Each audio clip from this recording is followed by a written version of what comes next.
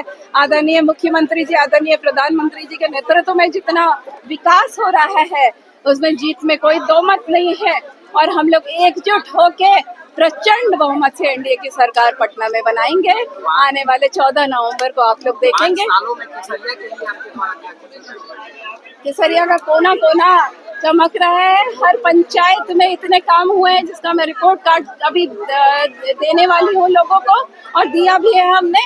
इतना काम हुआ है जितना लोग बताते हैं। मैं नहीं कहती हूँ कि पिछले 20 सालों में जितना केसरिया में काम नहीं हुआ उतना इस 3.5 साल का काम कार्यकाल मुझे मिला। कोरोना का कार्यकाल था इसलिए उस समय काम नहीं कर पाए हम लोग, फिर भी 3.5 साल में जितना काम किया है वो पिछले 20 साल में नहीं हुआ था, यही मैं कह सकती हूँ। बाकी आप लोग रिपोर्ट कार्ड हमारा। मैम आप ये बताइए, बिल्कुल बहुत प्रचंड बहुमत से बनेगी ही नहीं, प्रचंड बहुमत से बनेगी। मैम बेरोजगारी पे क्या कहना चाहेंगे? यहाँ से बिहार से लोग बाहर जाते हैं पलायन के लिए, उस पे आप क्या कहना चाहते हैं? यहाँ पे केसरिया में फैक्ट्री होना चाहिए, बिहार में होना चाहिए, जिससे लोग यहाँ से बाहर कमाने ना जाए और अपने परिवार के साथ यहीं पे जीवन व्यतीत करें। बिल्कुल होना चाहिए, और इसी की शुरुआत हुई है। हमारे आदरणीय मुख्यमंत्री जी ने जो 2,10,000 रुपए की जो योजना लेके आए हैं, स्वरोजगार योजना महिला बहनों के लिए, वो यही है कि उनके पति बाहर हैं, वो आके अपना बिजनेस संभालेंगे, उनका पूरा परिवार यहाँ रहेगा और रोजगार भी करेगा और लोगों को भी रोजगार देगा। मैम एक और सवाल है आपसे, बच्चे जो हैं एग्जाम के समय में यहाँ केसरिया से कहीं दूर जाते हैं एग्जाम देने के लिए, काफी लड़कियों को कठिनाई होती है दूर जाने में, और उनके परिवार वालों को भी बहुत कठिनाई होती है ले जाने में, एग्जाम दिलवाने में, पेपर दिलवाने में। तो यहाँ पे केसरिया में ही एक महिला कॉलेज हो जाता तो एक बहुत बढ़िया होता। हमने इसकी मांग पहले ही की हुई है और आशा करती हूँ कि बिहार सरकार बहुत जल्दी इस पर काम करेगी। बहुत अभी केसरिया विधानसभा में कोई कंपटीशन ही नहीं है। इतना ज्यादा डर भय था कि उम्मीदवार दे नहीं पा रहे थे।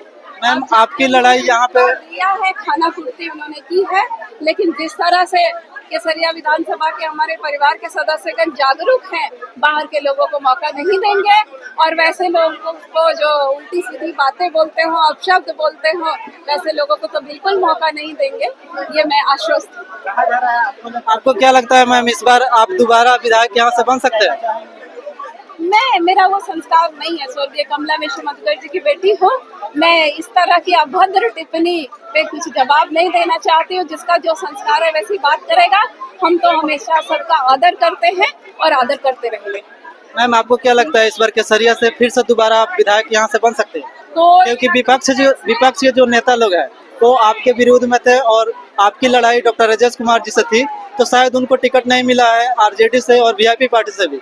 तो क्या लगता है आप एक तरफा जीत हासिल करेंगे केसरिया विधानसभा से? देखिए, केसरिया विधानसभा में लोकतंत्र है, तो केसरिया ही नहीं किसी भी विधानसभा में विपक्ष हमेशा होगा, लेकिन विपक्ष कैसा है इस पे बहुत कुछ निर्भर करता है। तो मैं डॉक्टर राजेश जी जिनको टिकट नहीं मिला उनके उज्जवल भविष्य की शुभकामना करते हुए मैं लोगों से ये आग्रह करती हूँ कि अपनी बेटी को जिताएं। केसरिया के ही धरती की, केसरिया के माटी की ही उपज को जिताए, ना कि हर सिद्धि के उपज को यहाँ लाके जिताए। बहुत बहुत धन्यवाद।